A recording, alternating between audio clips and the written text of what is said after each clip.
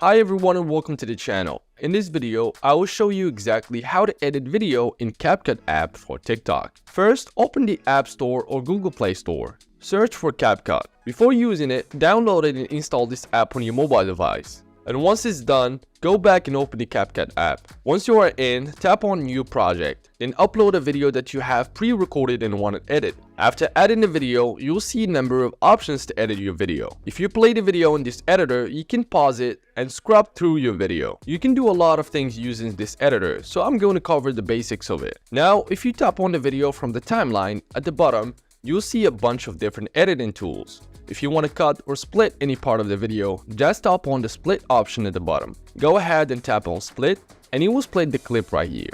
Then move the play ahead to the second part when you want to delete. Tap on the timeline and then tap on split once again. Now tap on the clip that you have split and select the option of delete from the bottom to delete it. As you can see, that portion of the video has been deleted. Now go ahead and add audio to your video. Tap on audio at the bottom, or you can tap on add audio below your video. Select and add audios and sound effects from the Capcut library. You can even do a voiceover on your video, but it is totally optional as you can select an audio from TikTok as well. Go back and tap on the next icon. Now tap on the text that you want to add to your video. You can select different font styles, effects, animations, and bubbles.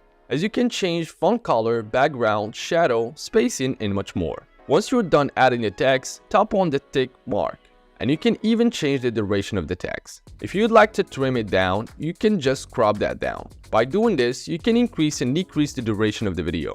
By repeating this process, you can even put different text on different parts of the video. These were just the basic things. You can add even more elements to change your video. Once your video is ready, you can upload it to TikTok. If you guys enjoyed this video, like it and share your comments or questions down below.